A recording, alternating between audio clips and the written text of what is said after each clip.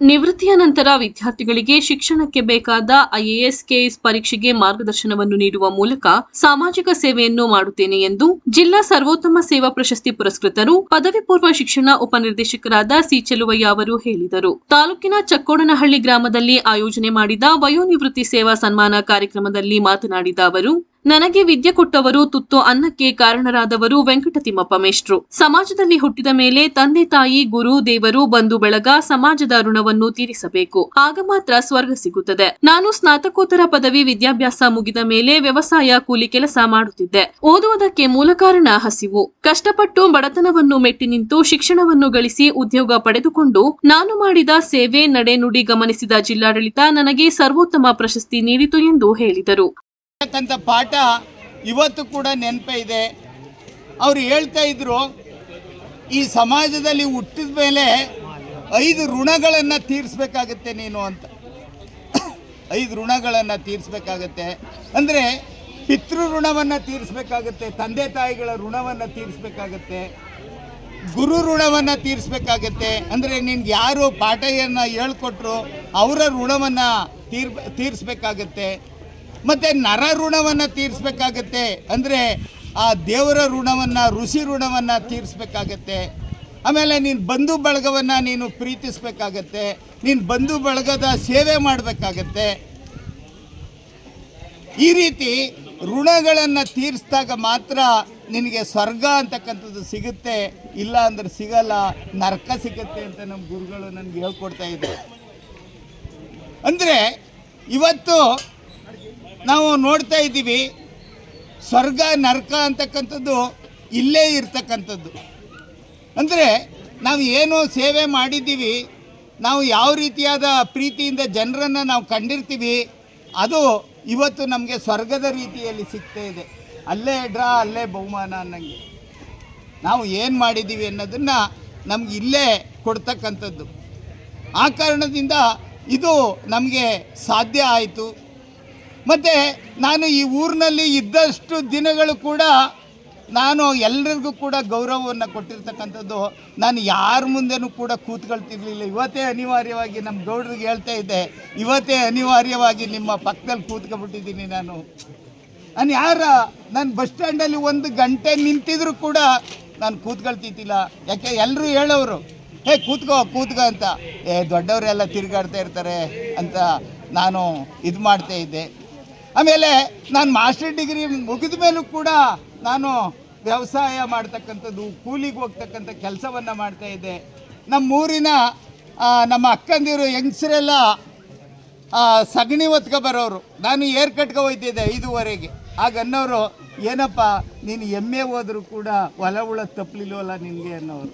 ಅಕ್ಕ ಆಗಲಿ ಬಿಡಕ್ಕ, ನೋಡೋಣ, ಅದೇ ಎಷ್ಟು ದಿನ ಆಗುತ್ತೆ ಆಗಲಿ ಅಂತ ಹೇಳಿ ನಾನು ಅವ್ರನ್ನ ಸಮಾಧಾನ ಮಾಡ್ತಿದ್ದೆ.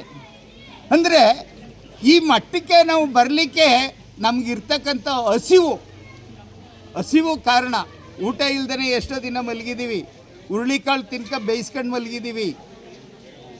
ಅಂದರೆ ಆ ಹಸಿವನ್ನು ನಾವು ಯಾವ ರೀತಿ ಆದರೂ ಗೆಲ್ಲಬೇಕು ಅನ್ನೋ ಕಾರಣದಿಂದ ನಾವೇನು ಮಾಡಿದ್ದೀವಿ, ಕಷ್ಟಪಟ್ಟು ಓದಿರ್ತಕ್ಕಂಥದ್ದು. ನಿಮ್ಗೆ ಯಾರಿಗೂ ಗೊತ್ತಿಲ್ಲ. ಅಧ್ಯಕ್ಷತೆ ವಹಿಸಿದ್ದ ಗ್ರಾಮದ ಪ್ರಧಾನರಾದ ನರಸಿಂಹೇಗೌಡ ಮಾತನಾಡಿ, ಪ್ರತಿಷ್ಠಿತ ಜಿಲ್ಲೆ ಮಂಡ್ಯ ಜಿಲ್ಲೆಯಲ್ಲಿ ಉಪನಿರ್ದೇಶಕರಾಗಿ ಕೆಲಸ ಮಾಡಿರುವುದು ಬಹಳ ಸಂತೋಷ ತಂದಿದೆ. ಸಮಾಜದಲ್ಲಿನ ಜನರನ್ನು ಗೌರವಿಸುವ ಮೂಲಕ ಚೆಲುವಯ್ಯ ಅವರು ದೊಡ್ಡ ವ್ಯಕ್ತಿಯಾಗಿದ್ದಾರೆ. ಗುರು ಮುಂದೆ ಗುರಿ ಹಿಂದೆ ಎಂಬುದಕ್ಕೆ ಸಾಕ್ಷಿಯಾಗಿದ್ದಾರೆ. ಹೆಣ್ಣಿಗೆ ಮುತ್ತೈದೆ ಸ್ಥಾನ ಹೇಗೋ ಸಮಾಜದಲ್ಲಿ ಜನರಿಗೆ ವಿದ್ಯೆ ಬಹಳ ಮುಖ್ಯ. ನಮ್ಮ ಗ್ರಾಮದಲ್ಲಿ ಶಿಕ್ಷಣವನ್ನು ಪಡೆದು ದೊಡ್ಡ ವ್ಯಕ್ತಿಯಾಗಿ ಚೆಲುವಯ್ಯ ಬೆಳೆದಿದ್ದಾರೆ ಎಂದು ಹೇಳಿದರು. ನಾವು ಚಿಕ್ಕವರಾಗಿ ಅವನ ಮಗನ ವಯಸ್ಸು ನನ್ನೂ ಕೂಡ ಅಪ್ಪ ಅಂತ ಕರೀತಿದ್ದ. ಆ ಭಾಷೆ ಬರ್ಸ್ಕೊಂಡು ಮಗನ ಬೆಳೆಸ್ದ. ಮಗನೂ ಕೂಡ ಅಪ್ಪನ ಭಾಷೆನೇ ಕಲಿತ. ಅವನು ಕೂಡ ಎಲ್ಲರೂ ವಿಶ್ವಾಸ ಬೆಳೆಸ್ಕೊಂಡು ಓದಿ ಕಾಲೇಜ್ ಪ್ರಿನ್ಸಿಪಾಲ್ ಆಗಿ ಮಂಡ್ಯದಲ್ಲಿ ಹೋದಾಗ ನನಗೆ ಫೋನ್ ಮಾಡಿದೆ. ನನಗೂ ಖುಷಿ ಆಯಿತು. ಆಗ ಪುಟ್ಟರಾಜು ಅವ್ರ ಹತ್ರ ಮಾತಾಡಿದೆ. ನಾನು ಕಾಲೇಜ್ ವಿಷಯ ಮಾತಾಡಾಗ ಪುಟ್ಟರಾಜು ಅವ್ರು ಕೇಳಿದ್ರು, ನಿಮ್ಮ ಯಗದಲ್ಕೋಟೆ ನಮ್ಮೂರ ಬಡ ಕುಟುಂಬದಿಂದ ಬಂದವರು, ಒಳ್ಳೆಯವರು ಕಂಡ್ರಿ ಚೆಲುವಯ್ಯ ಅಂತಂದರು. ಅಲ್ಲಿ ಕಾಲೇಜಿಗೆ ನನ್ನ ಮೊಮ್ಮಗಳು ಸೇರ್ಸೋಕ್ಕೆ ನಾನು ಕೇಳಿದಾಗ ಪುಟ್ಟರಾಜು ಅವರು ಕರ್ಕೊಂಬಂದಿಗೌಡ ಸೇರಿಸಿ ಅಂದರು. ಅಲ್ಲಿ ನಾನು ಸೇರ್ಸೋಕ್ಕೆ ಹೋಗಲಿಲ್ಲ. ಅಲ್ಲಿ ಶಂಕರೇಗೌಡರು ಮೊಮ್ಮಗ ಕಾಲೇಜ್ ಮಾಡವ್ರೆ ಮಂಡ್ಯದಲ್ಲಿ. ಆ ಕಾಲೇಜಿನವರು ನನಗೆ ತುಂಬ ಆತ್ಮೀಯರು. ಅವರು ಕೂಡ ಇವ್ರ ಬಗ್ಗೆ ಒಳ್ಳೆ ಅಭಿಪ್ರಾಯಗಳು. ಆಗ ನಾನು ನಿಜಕ್ಕೂ ಕೂಡ ನಮ್ಮ ಊರಿಂದ ಹುಟ್ಟಿ ಮಂಡ್ಯದಲ್ಲಿ ಹೋಗಿ, ಮಂಡ್ಯ ಅಂದರೆ ಕರ್ನಾಟಕದಲ್ಲಿ ಒಂದು ಪ್ರತಿಷ್ಠಿತ ಜಿಲ್ಲೆ ಅದು. ಆ ಜಿಲ್ಲೆಯಲ್ಲಿ ಹೆಸರು ಮಾಡಿದಂಥ ವ್ಯಕ್ತಿ ಚೆಲುವಯ್ಯ. ಅವನು ಎಲ್ಲರೂ ಕೂಡ ಅಮ್ಮ ಅಪ್ಪ ಅಣ್ಣ ಅಂತ ಬೆಳ್ಕೊಂಬಂದು ಆದಿ ಅವನು ಅಲ್ಲಿ ಸಾಧಿಸಿದೆ. ವಿದ್ಯೆಗೆ ಯಾರು ದುರಂಕಾರ ಪಡಬಾರ್ದು, ಗುರುಗಳು ಮುಂದೆ ಇರಬೇಕು, ಗುರು ಹಿಂದೆ ಇರಬೇಕು ಅಂತ ನಾವು ಯಾವಾಗಲೂ ಅಂದ್ಕೊಂಡ್ರೆ ಮಾತ್ರ ವಿದ್ಯೆ ಬರೋದು. ಈಗ ನನ್ನ ಮಕ್ಕಳು ನಾನು ಓದೋಕ್ಕೆ ಆಗಲಿಲ್ಲ, ಬಿಟ್ಬಿಟ್ಟ, ಯೋಗೇಶ PUC ಅಂತ ಬಿಟ್ಟ, ದಿನೇಶ ಬಿಟ್ಬಿಟ್ಟ, ಕೊನೆ ಮಗ ಒಬ್ಬ ಲಾಯರ್ ಆದ.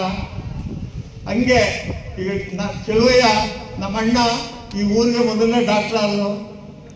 ಅದು ಕೂಡ ಒಂದು ಹೆಮ್ಮೆ ವಿಷಯ. ಕೃಷ್ಣೇಗೌಡ ನನ್ನ ಆತ್ಮೀಯ ಸ್ನೇಹಿತ.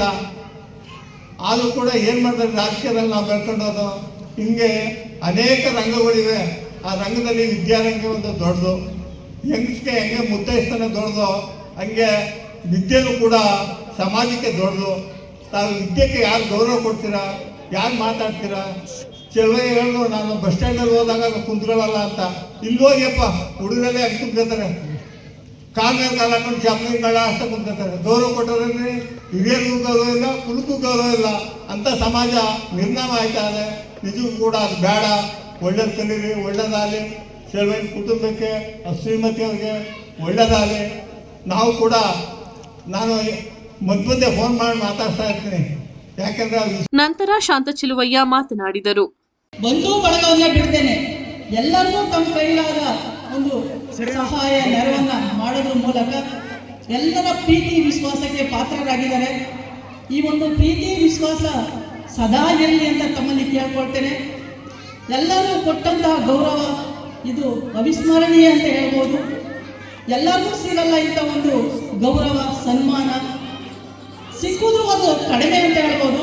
ಆದರೆ ಇವರು ಮರೆಯಲಾರದಂಥ ಒಂದು ಗೌರವ ಸಿಕ್ಕಿದೆ. ಇವರು ಉಪನ್ಯಾಸಕರಾಗಿ ಕಾರ್ಯನಿರ್ವಹಿಸುವಾಗ, ಹಾಗೆ ಪ್ರಾಂಶುಪಾಲರಾಗಿ ಕಾರ್ಯನಿರ್ವಹಿಸುವಾಗ, ಉಪನಿರ್ದೇಶಕರಾಗಿ ಕಾರ್ಯನಿರ್ವಹಿಸುವಾಗ ಅಧಿಕಾರದ ಅಹಂ ಇಲ್ಲದೆ ಸರಳ ವ್ಯಕ್ತಿಯಾಗಿ ಸಜ್ಜನಿಕೆಯಿಂದ ಕಾರ್ಯನಿರ್ವಹಿಸಿ ಹೆಸರನ್ನು ಪಡ್ಕೊಂಡಿದ್ದಾರೆ. ಇವತ್ತು ನಾನು ಅವರ ಹೆಂಡತಿ ಅಂತ ಹೇಳ್ಕೊಳ್ಳಿಕ್ಕೆ ನನಗೂ ಕೂಡ ಖುಷಿ ಆಗ್ತಾಯಿದೆ. ನೀವೆಲ್ಲರೂ ಆರೈಕೆ, ಆಶೀರ್ವಾದ ನಮ್ಮ ಕುಟುಂಬದ ಮೇಲಿದೆ. ಇದು ನನಗೆ ಎಷ್ಟು ಥ್ಯಾಂಕ್ಸ್ ಹೇಳಿದ್ರು ಕೂಡ ಕಡಿಮೆ ಅಂತ ಹೇಳ್ಬೋದು. ಎಲ್ಲರ ಒಂದು ಆರೈಕೆ, ಒಂದು ಆಶೀರ್ವಾದ ಇದೆಯಲ್ಲ, ಅದು ಮುಂದಿನ ಪೀಳಿಗೆಗೂ ಕೂಡ ಕೊಂಡೊಯ್ಯುತ್ತೆ. ಹೇಳ್ತಾ ಇರ್ತಾರೆ ಎಲ್ಲರೂ, ಪೂರ್ವ ಜನ್ಮದ ಪುಣ್ಯ ಅಥವಾ ಪೂರ್ವಜರು ಮಾಡಿದ ಪುಣ್ಯದ ಫಲ ಅಂತ ಹೇಳ್ತಾರೆ. ನನ್ನ ಪತಿ ಮಾಡಿದಂಥ ಪುಣ್ಯದ ಫಲ ಅವ್ರಿಗಷ್ಟೇ ಅಲ್ಲ, ಅವರ ಮುಂದಿನ ಪೀಳಿಗೆಗೂ ಕೂಡ ಇರುತ್ತೆ.